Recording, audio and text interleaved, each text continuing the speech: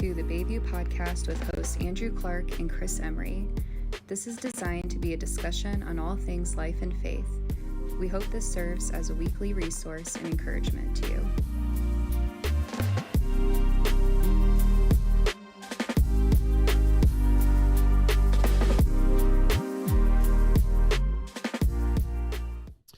Hello, everybody. Welcome to the Bayview Podcast. I'm one of your hosts, Andrew, joined as always by Chris Emery. How are you, sir? Hey, hello, everybody. Good to have you back with us here on another Wednesday with the Bayview Podcast. Always good to be here, man. It's a beautiful day here in Traverse City, the day of our recording, and it's just, I don't know, one of my favorite times of the week is just to sit here and just have this conversation, just talk about life and faith and what Jesus is doing. Yeah. And I just love the opportunity just to be real. Like, we're not putting on any airs. Yeah, that's a good way to put it. Yeah. Good way to put it. So, I mean, what do we tell our people all the time? Like, hey, if you're looking for that church with like a perfect pastor and perfect people and everything's just perfect, man, we are a horrible choice for you. But if you're looking for a place of a bunch of people that are, we're here because of the grace of Jesus Christ and we're doing the best we can as we learn and grow. Yeah. Welcome. Yeah, I like that. Yeah, I like that. It takes a little bit of the edge off. So yeah, it's good. Yeah, it gets the religion out of the way. It just makes it about relationship, right? So, yes. Yeah. Hey, so one of our favorite things to do here on the podcast is anytime we have a guest, and we've just been blessed with so many incredible opportunities to hear stories from people from different parts of life in the country. Today we are really excited. We've been looking forward to this one for a while. Because we have with us in the studio the special guest, Kristen Anderson. And welcome, Kristen. Thank you. I'm honored to be here. Well, we are so honored. So you're going to hear a little bit of Kristen's story, but Kristen's been here all weekend in Traverse City, and she has spoken 5 times in the last 3 days, right? Correct. That's a lot. Yeah, it was a lot, but it was amazing. It's worth it every time. Yeah. Well, I know that it's been a team of people that brought you here to Traverse City because they believed in your message and the way that God desired to use it. So we're glad you're here. Thank you for taking the time before you head back home to come and just spend a few minutes with us here in the studio. So start there. Give everybody a little bit of the big overview. Who is Kristen? Live, life, family. Who are you right now? Well, I am a speaker and an author. I am a suicide survivor, a mental health advocate, and I am a mother, a wife. I have 6 children. 6 children? I do. That alone makes you a hero. That's awesome. Wow. What are their ages? The two oldest came from my husband's first marriage, and they were 5 and 8 when I met them, but they are now 21 and 23. Okay. And then, so we have college age and elementary kids. So the younger ones are 11, almost 8, 6, and 4. Wow.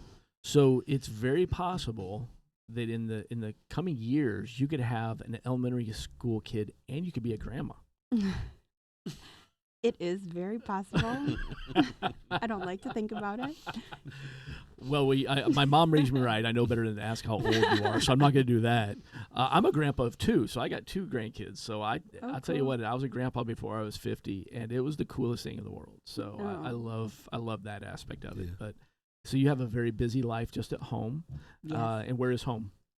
Green Bay, Wisconsin. Okay. Green Bay. Nice. Mm-hmm. So are you a Packers fan? Everybody asks me that. Everybody. Well, I mean, that's the only thing we know about Green Bay is cheese and Packers. I mean, what they usually say is, "You're not a Packers fan, are you?" Oh, really? People usually say that because I guess most people don't like the Packers. I am a Packers fan, casual fan, I guess. I told my husband I'll be a Packers fan when we got married if he would be a Cubs fan because I came from Chicago. Yes. Cool. Yes. So it is fun being a Packers fan in Green Bay, though. Well, you have to be. I mean, so I think I told you I moved from San Diego to Tuscaloosa, Alabama when I was in high school, and so we didn't have a college football affiliate. Well, of course I'm an Alabama fan. It's very similar to the environment of Green Bay, I'm sure. If you live here, you're kind of a fan or else. Yeah. Like, you don't have a choice. It's part of the culture. It is. Mm-hmm. Well, but like the Packers are like community owned too and all that too. Like it's like it's more than just a fan. Like right. It's life. So that makes sense. It's kind of an identity, which is cool. Yep. So cool. So is your husband from that area originally? Is that why he's from about a half an hour south of there. Okay. So very close. All right. So he's from Wisconsin. Correct. All right. Very cool. Well, I mean, I could just sit here and listen to all that part of your life as well, but obviously, your book and your speaking, it's about what Jesus has done through your life. And I know that this week you have shared at all the different events just the story of what the message God has given you. And so maybe just give our listeners, like, what is that story? What is the story of this Jesus transformation, and what's your story a little bit? It's always hard for me to share it just in a nutshell, but okay. I attempted suicide when I was 17 because I didn't think things were going to get any better. I didn't think there was any hope left for me. And I lost my legs because of that. I lost my legs attempting suicide on a set of train tracks at the age of 17 years old. And it was obviously one of the hardest things I've ever went through. But God really used that ultimately. He used that in a powerful way in my life and in my family's life. I eventually met a man who shared the gospel with me just in the living room of my parents' home.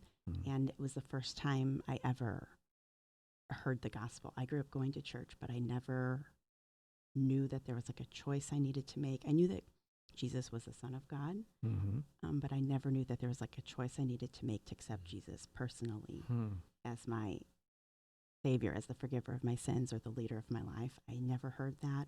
And I didn't know what, that he could be personal to me, that I could have a real relationship with him. I always thought, and I thought that was like how everybody thought, that he was just far away and distant, and we just did these like religious things that was like all there was to faith and hope in Christianity. I thought that's all there was. So when I found out that there was so much more, it really transformed everything that I did, the way that I saw my life, my mental health, my family, my world, and I ended up getting baptized after that, and my mom came to Christ. And then she started bringing my brother and my dad to church with her, and they both became Christians. And it was so special for our family because we always thought that we were Christians. We thought we knew the truth, but we really were missing the whole thing, really. Wow. And it was a very redemptive time for us.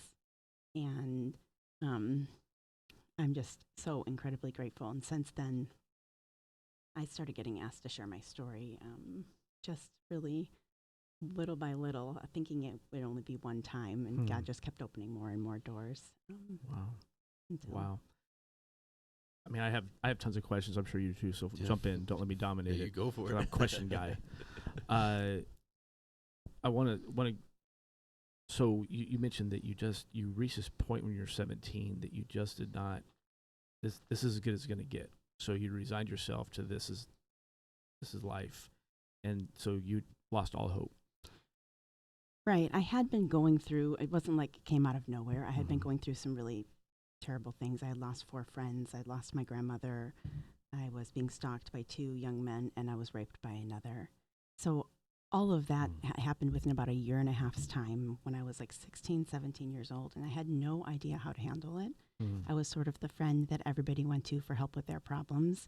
So I just kept what I was dealing with inside, thinking, like, if I just pretend this isn't happening, if I pretend it doesn't hurt, it will go away. Like, I just need to, like, put a smile on my face and act like everything's okay. But that pulled me deeper and deeper into a depression. And I didn't know that I was depressed. I didn't know what any of the signs or symptoms were, so I hadn't, like, reached out for help or anything either. My parents knew that something was wrong with me, but they didn't know how badly I was doing. The doctors said it was stress and anxiety, and nobody ever used the word depression. I didn't think I was suicidal. It's actually quite a shock to everybody when I attempted to take my life. Nobody expected it. I didn't even really expect it because it wasn't premeditated. So it wasn't something you'd been thinking about and planning. It was something in the moment of just hopelessness. Right. That you just... Because I kept believing like I would figure this out. I kept trying to hope that things would get better. And, I was just reaching for everything. Like, I was trying to, like, pull inspiration from music, from friends, from whatever was going on in the world, from, I was I was really searching, looking for like something I could build my life on, but I just couldn't find it, you know. So I felt like no matter what I did, things were just getting worse and worse and worse. And it got to the point where I just didn't feel like things were going to get any better. I felt like no matter what I did, I couldn't move forward. I couldn't move back. I felt like I was just going in circles and more bad things were happening. And I felt like the only way to make it stop is for me to stop living. So, I mean, you actually described that night in your book. And so not being premeditated, you found yourself out taking a walk, essentially. Right. What do you remember from that night? What do you remember from those moments? I remember walking to the park where I grew up, and I started swinging on the swings like I did as a small child. And as I started swinging on the swings, I started to contrast these like happy, joyful childhood memories that I had as a kid with how I was feeling now as a teenager, just very broken, disillusioned, lost, confused, empty. And I remembered as I'm thinking through that you're not supposed to be in the park after dark. It's just like a rule that they have. The police always patrol the park to make sure nobody's there, and if they are, they'll make them go home. So I looked around to see where else I could go. This was our last day of Christmas break before we were supposed to go back to school. And I just was trying to like wrap my head around the homework I hadn't done, etc., like other things in my life before I went back to school, because I knew things would get a lot busier from that day forward. So I looked around and I saw a train that had been parked on the edge of the park, and I had driven by many times and it hadn't moved at all, like for 3 weeks. So I was like, oh, I can go over there and sit there. That'll give me some more time to think before I go home. And I sat on the train once I got over there with my legs dangling and started to remember this thought process that I'd had about 3 months beforehand. And that was as I was grieving through my friend who I lost to suicide, my friend Brandon's death. And it was one of the hardest ones for me. It was really, really hard for me at that age especially. I mean, I don't think it's ever easy.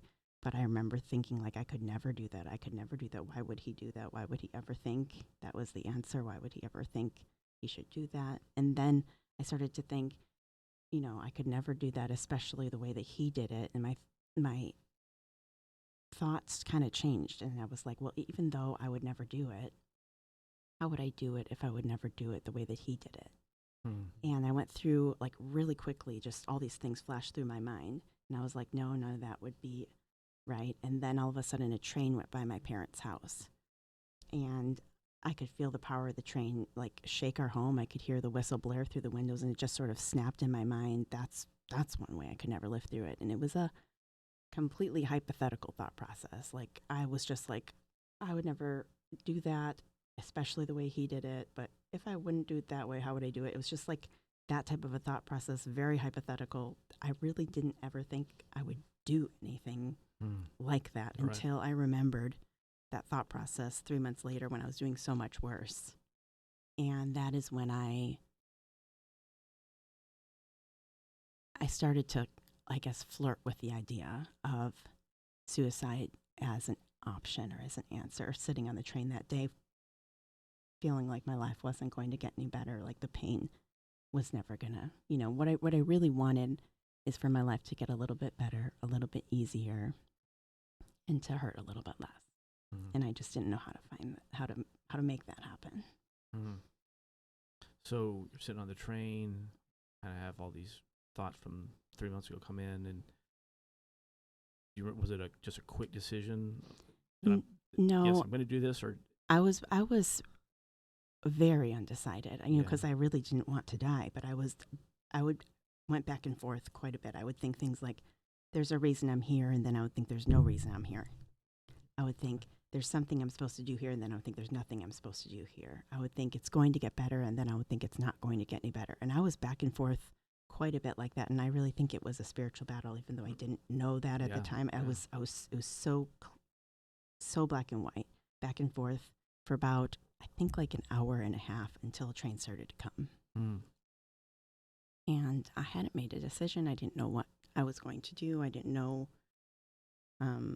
what was right anymore for the most part, but I knew that I had to make some sort of a decision or go somewhere because it was January 2nd, so it was the middle of winter.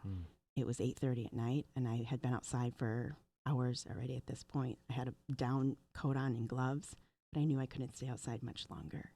And so right before the train got there, believing things weren't ever going to get any better, I made the impulsive decision to get off the train that I was on and walk towards the tracks that the other approaching train was coming down.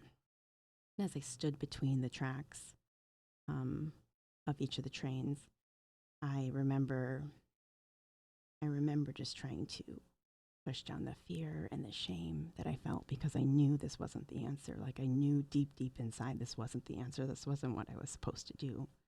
But I didn't know what else to do. So I closed my eyes, I clenched my fists. I turned my head in the opposite direction than where the train was coming from. And I laid down between the tracks. And it was only like a split second before the train started to go over me. So you were, okay, so you weren't laying there a while, like it literally just in time before the train got there. Right. One of the many miracles of your story was how you described what happened then. And I certainly didn't know this before I read your story or heard your story, but obviously the energy created by the force of the trains going over would normally pull a person up or pull objects up into the train. Yeah. But that didn't happen. Yeah, what I felt when the train first started to go over me right away was my hair. My hair was long, so I felt my hair, my head, and the midsection of my body just begin to rise up. Like I was like essentially floating. And then very quickly afterward, I felt something push me down, like right in the middle of my back. I felt something push me down and hold me down into the ground. I could feel the railroad ties and the rocks like poking into my chest. Like I was firmly being held on the ground. And eventually the train like screeched to a stop. It was a while. But it says in the police report that the conductor said to the engineer, "Did you see that yellow flash?" And the engineer said to the conductor, "Yes, I think we just hit someone." They had called 911 and stopped the train. And that's why it did come to a stop. But I remember feeling that, not knowing what that was, pushing me down. I really had no idea. I just remember hearing this train go above me, feeling my body rise, and then feeling my body held down while the train continued to move above me, for several minutes, unsure of what had just happened. As it came to a stop, I remember I just, I didn't know if I was alive or dead. I didn't know if this was reality, if this was a bad dream, a nightmare. I had no idea what to believe. So as I opened my eyes, I unclenched my fists and looked around. It was about 10 feet behind me on my right when I looked that way that I saw my legs.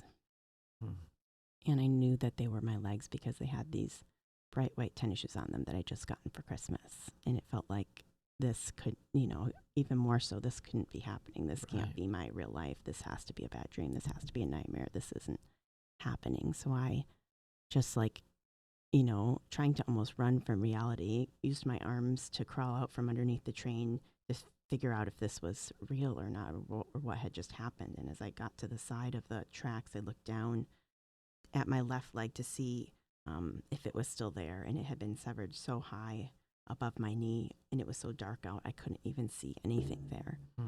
And so I turned my attention to my right leg, and it had been severed below the knee, but I'd never obviously seen my leg like that before. I'd never even, I don't believe, seen an amputated leg before of someone else's. And so I turned my hand up, and I ran it below where it looked like my right leg had been severed below the knee, just to see if it was actually gone. I figured if I could run my hand below there, then I knew that it was gone. And when I did that, I unintentionally brought my hand up to my face, and I could see, even with a glove on my hand, there was something really dark and shiny covering the glove. And that's when the pain really hit me, because I knew I was alive and I knew my legs were gone, and it was, a really hard moment.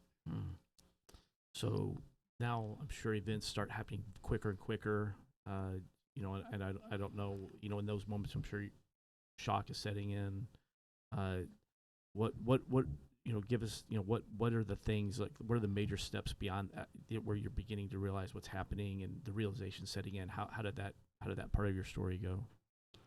Well, when the pain started to hit me, one of the really important things I should mention that happened is as I started crying harder than I'd ever cried in my life, feeling the worst pain I had ever felt in my life, all of a sudden, this tremendous peace just started to cover me.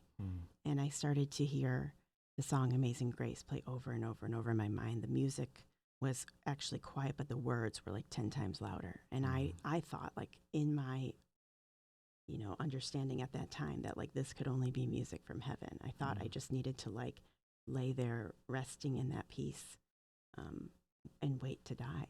So I really pretty much laid there resting in that peace, hoping, waiting, even praying to die.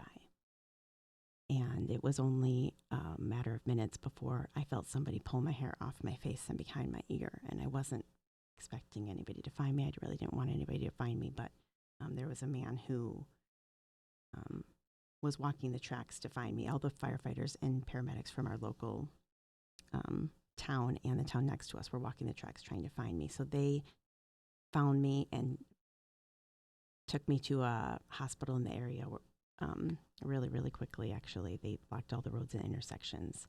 They got me there in like 8 minutes. It says on the police report that's normally 45 minutes.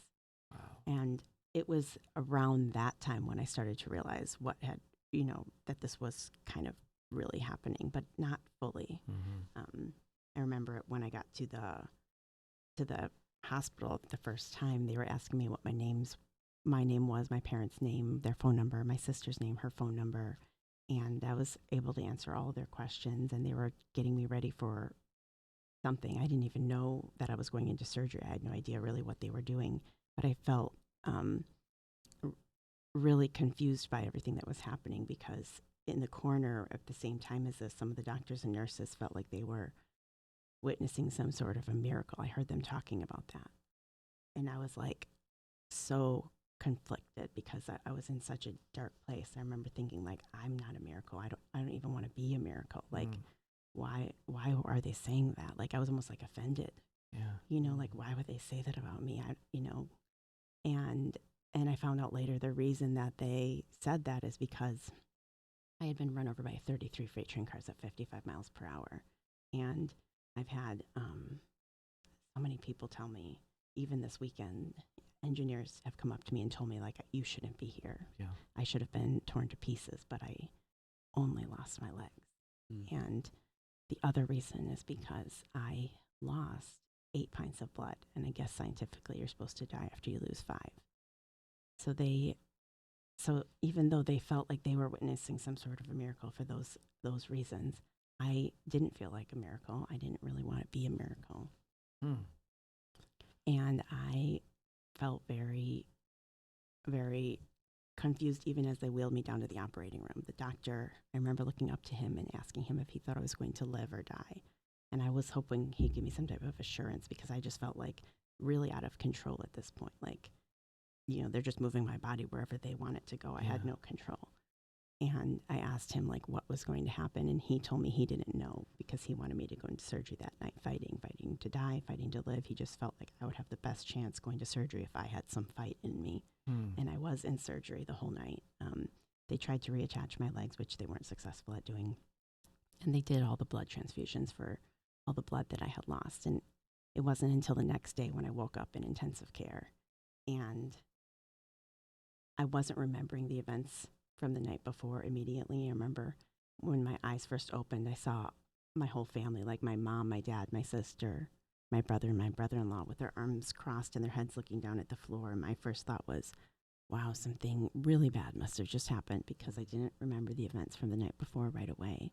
But my mom's eyes met with mine, and she ran to the side of my bed and she said, "Oh, honey, we're so glad you're okay." And I had all the memories start to flood back. And I said, "Mom, they cut my clothes and they cut my coat." And she was like, "It's okay. We're just glad you're okay. We can get you new ones. We're just glad you're okay." And I fell back asleep. And then the next thing I remember, I don't know if it was days, or a week later, but the next thing I remember was the doctor coming to tell me what my injuries were. And so this might have been the time when I realized that my legs were really gone, but I just wasn't ready. So he told me that my left leg was, severed well above the knee, and my right leg was severed directly below the knee, but I remember just staring out the window at the trees, the tall trees out the window, because I just could not process it. I couldn't handle, I wasn't ready.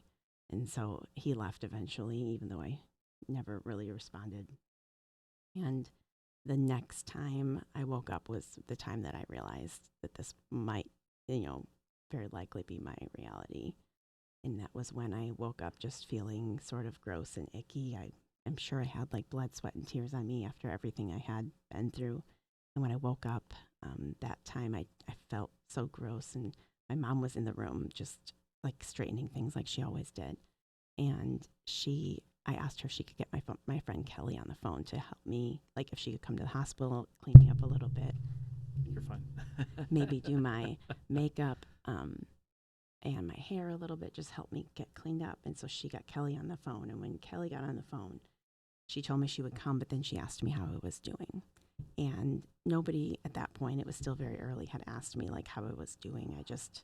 Nobody did. But Kelly and I had been friends since we were in second grade, and she knew me better than almost anybody else. And I knew that I had to tell her something. Like when she asked me how I was doing, I didn't know what she knew or didn't know, but I felt like I had to tell her something. So as I looked down to see if my legs were still there, I could tell, even with a sheet covering them, that they were mostly gone. And so what I said to her was, I'm okay, but my legs are cut off. I wasn't really sure how else to say it. But as I said it, tears just started to stream down my face, because that's the moment that became real to me. That's when I realized, like, this is really happening. This is my real life. This is my new reality, I guess. Like, this isn't just a bad dream. This isn't just a nightmare. This is really, really happening. This is my new life. Wow. So obviously, long hospital stay.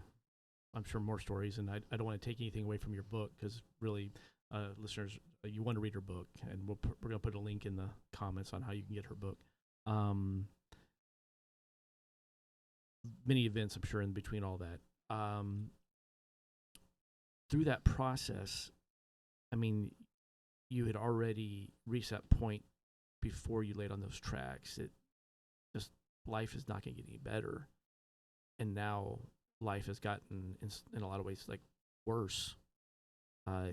How did that, because what was the gap between here and when you asked Jesus in your life in your living room? How long was that gap? It was only a matter of months. Okay. However, I've still struggled quite a bit, after that. Many people wondered, just like you did, like, how is she going to want to live her life after she's lost her legs, if she didn't want to live her life with her legs? And that was a real struggle for me. It did compound my problems.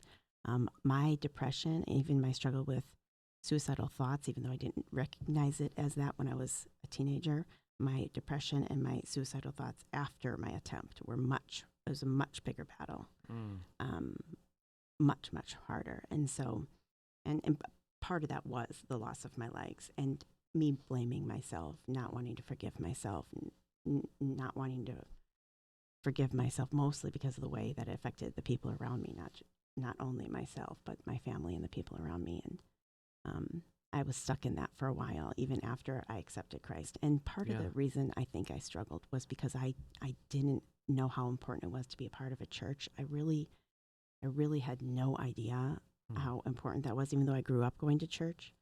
And I didn't know how powerful and impactful it could be to be in God's word, like on a regular basis. I had no idea how personal my relationship with God could be yet. I was sort of like a lone Christian, trying to figure it out on my own, which didn't go very well. And, the people who shared the gospel with me were on the mission field. It was just, those were like, kind of like my years in the desert, like just really hard years. And I was in and out of jobs, college, relationships, you name it.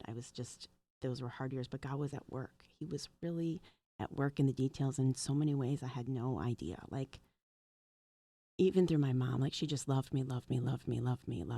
But there were two women who God just like placed in my life that I, wasn't looking for.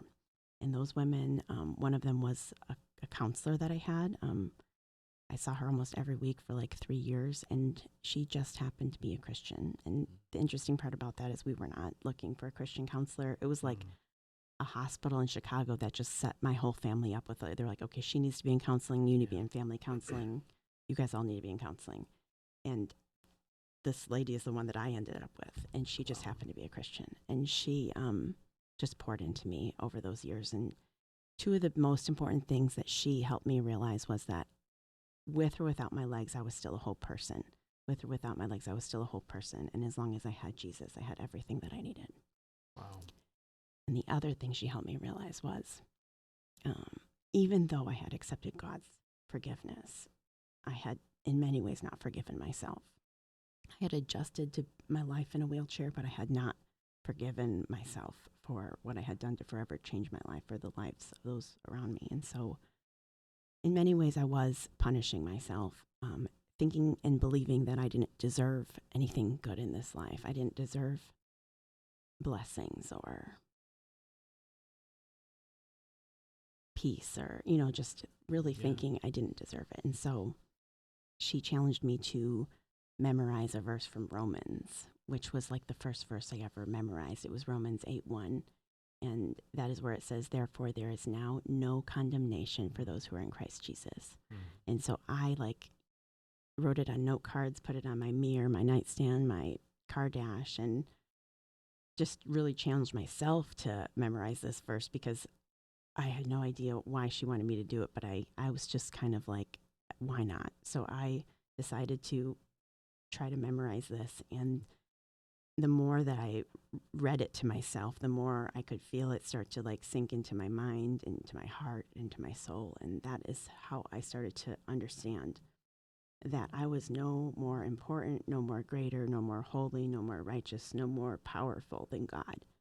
And if he could forgive me, if he in his love and grace could see me and forgive me, there was no reason for me not to forgive myself. There was no reason for me not to forgive myself. And I knew that I was just hurting myself by not doing that.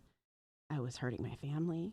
And I knew that I wasn't doing God any favors. I realized that, he wanted me to forgive myself too. If he forgave me, he really wanted me to forgive myself too. And so I wasn't doing him any favors by not doing that. I was just hurting myself. And I decided I didn't want to keep hurting myself. So I did the hard work of trying to forgive myself. And I started to find a lot more freedom. The more that I did that, I found so much more freedom. And at that same time in my life, I met this woman at the community college I was going to, who just came up to me in the parking lot one night. I didn't know her at all. She just walked up to me as I was getting in my car and shared her whole story with me. And she shined with more peace and more joy and just a love for life like nobody I had ever met before. And after meeting her, I didn't really talk the whole time. She talked the whole time. But as I went home, I was kind of taken aback. And I remember saying to God, I want to know you the way that lady knows you. And what I felt him tell me was, Kristen, you have to let me be your best friend. At that point in my life, I had learned how to go to my friends and my doctors and my counselors, everybody really for help with my problems. But I had not learned how to talk to God about my problems and how to go to him and depend on him or anything like that. And I realized that night that he was the one who created me. He was the one who created me and knew me inside out more than, anyone else in this world. And he most likely knew my problems and the answers to them better than anyone else in this world. So I just thought, why wouldn't I go to him for help with my problems? Why wouldn't I talk to him about everything and ask him what I should do next and how I should feel about this and so forth? So I started walking towards him in that sort of a relationship, like he really was my best friend, and he became everything to me. He completely transformed my whole life, my heart, my everything. Yeah. I've been asking all the questions. I don't know. I mean, I'm sure you've got plenty too. I'm just absolutely in awe of just the power of your story. I really am. Yeah. No, I have a lot of thoughts going through my head just because, my father, he took his life, and there's a lot of your story and some of the language you're using that I never heard him say, but based on the circumstances and kind of some of our final conversations, there's a lot of stuff that's like resonating there. And the one thing that kind of keeps going through my mind with talking with my counselor in the years since has been almost because a lot of the stuff surrounding my father's passing would come back as not being viewed as premeditated, but almost like a split-second decision. And that idea of like, you can't really rationalize irrational thoughts, right? They just kind of happen. And it's just powerful to hear like the other side of, okay, what is God gonna do? And the fact that like you have this experience, you come to know Christ, but it's a good reminder of like, it wasn't like this instantaneous miracle that I think we tend to associate when you come to know God, of just like, oh, my life is going to instantly be better. And it's like, we know in the long run your life is better because we know that you actually have a hope and there's something to come. But I think a powerful part of your story is the fact that there still was that wrestling of like really giving your life to God and like what that truly looked like and how that was in and of itself a healing process too. So man, I've just appreciated listening just because it's like, you know, obviously that's my father and there's some of that, but it's part of my story as well. And just hearing the other side of it is really powerful. Thank you so much for sharing that. Well, and I, you know, as we were talking before the podcast, a theme that's been very recent, a lot of our teaching here, at least at our church, has just been God using the pain of our past for his future glory. And that there is nothing, you know, we think of the verse that says there's nothing that can separate us from our love. And that includes even our own actions. You know, there's nothing we can do to derail the fact that he is still the almighty God over our lives. And just, you know, for you to be now this far into letting him use that, and just to see you, because you have this incredible spirit of peace that you just bring with you, and hope, and that's such a powerful word. You know, John 14:1, Jesus says, "Hey, don't let your hearts be troubled." The original Greek, actually, that word "troubled" is talking about a state of hopelessness. So Jesus is saying, hey, no matter what happens in this life, and he's getting ready to be crucified, and he's telling this to the disciples. And it's like, I've always thought through, like, no matter what happens, don't go hopeless. Because with Jesus, there's always hope. There's always hope. Even in the darkest, deepest valleys, there's hope. Even in our pain, even whether it's life-inflicted or self-inflicted pain, there's hope. There's hope because there's always Jesus. And there's hope for today, and he says there's hope for tomorrow. So there's hope now. And of course, we know there's this eternal hope. Right. But you're bringing hope now. Yeah, there's still hope for each and every day. Absolutely. Yeah. And as you're talking and sharing and just hearing a little bit of your journey, I kept the verse from Ephesians chapter 2 kept popping in my head. We are his masterpieces, and that, you know, here you are. You're his beautiful masterpiece, and he's using your story to draw people to him and his kingdom. And that's just, there aren't words to put behind that. Yeah, I feel exactly the same way. I'm just like in awe of God, like speechless, you know, because I never, ever expected, in many ways, when I started to share the story, because people were asking, I thought it'd just be one or two times, and maybe it would help a couple people. But the more that has happened, the more I just was thinking, like, in many ways, it made sense to me that God would do this to, like, work through all the things he did in my life to help me and my family. But it just never occurred to me that he was going to use it to help so many other people. Yeah. And he just kept doing that more and more and more. So I was just, that keeps me honestly in awe. Even just this weekend, I'm like, wow, you know, like that person and that person and that person. Like, I cannot believe how many people, even who read the book, tell me they feel like they're reading their story. That's not something I would have ever planned or expected. None of us who worked on it together. But I think people resonate with the pain that we all battle in life. We all have our own version of that, you know, our own story. But I hope that they will also resonate with the the hope that we all have, you know, that Amen. the peace that we can find through Jesus alone. Well, I think that probably, I'm assuming a lot of what they resonate with is being in that state of this will never get better because I don't see a path for it to get better. I don't see a path for my life to get improved. And there's this resignation to this is it. And that's hopelessness. I mean, that's really the boots on the ground definition of hopelessness. And I think that they're drawn to hear someone that can say, hey, I've walked that path.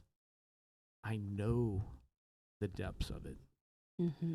But I'm on the other side to tell you that Jesus is real. His hope is real. The transformation he offers is real.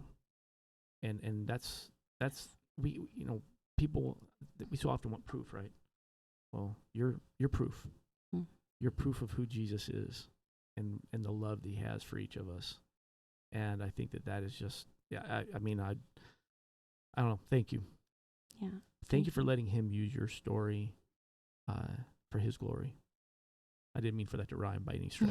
That's not an intent. No. You're a preacher. I know. There you go, right? So, well, listen, her book, is it on Amazon? It's on Amazon. I'll send you the link where you can get it from our website as well. Okay. So we will make sure that link is in the comments along with your website. And I would encourage, if you want to hear her full story, you can you just Google or search her on YouTube. I've found several of her talks on YouTube. And it's just really, really incredible to sit and listen. But read the book. The book just really takes down all the path of everything and just your path to Jesus through what could have been the end. And Jesus, I love that part of your story. There were, obviously you know this, but the entire story, his fingerprints are all over your story. If I'm not done with you, right? What do you think you're doing? I'm not done with you. Right. His faithfulness is. If anybody ever asks me what my favorite attribute of God is, I always say his faithfulness. He never gives up. His never stopping, never giving up love is the most incredible thing to me. I love that. He's so beautifully stubborn. Right. Thank goodness. Thank goodness. I agree with that. So, well, Kristin, thank you just so much for taking time to come and just spend a few minutes with us. I personally, you've really touched my heart today, and I greatly appreciate that. I wish we had more time. And maybe we'll get you back to Traverse City again and be able to have a lot more time with you. That would be wonderful. So, well, hey, listeners, thank you. Definitely check her book out and the link in the comments to her website. God is not done using her story by any stretch. There's a lot more lives to be touched through this. And we appreciate you being with us today on the Bayview Podcast. If you're not clicked subscribe yet, do so on whatever platform you're listening on. That way you never miss an episode. And thanks for being with us today. Any final thoughts, Andrew? So good. Appreciate you. Thank you. Appreciate you.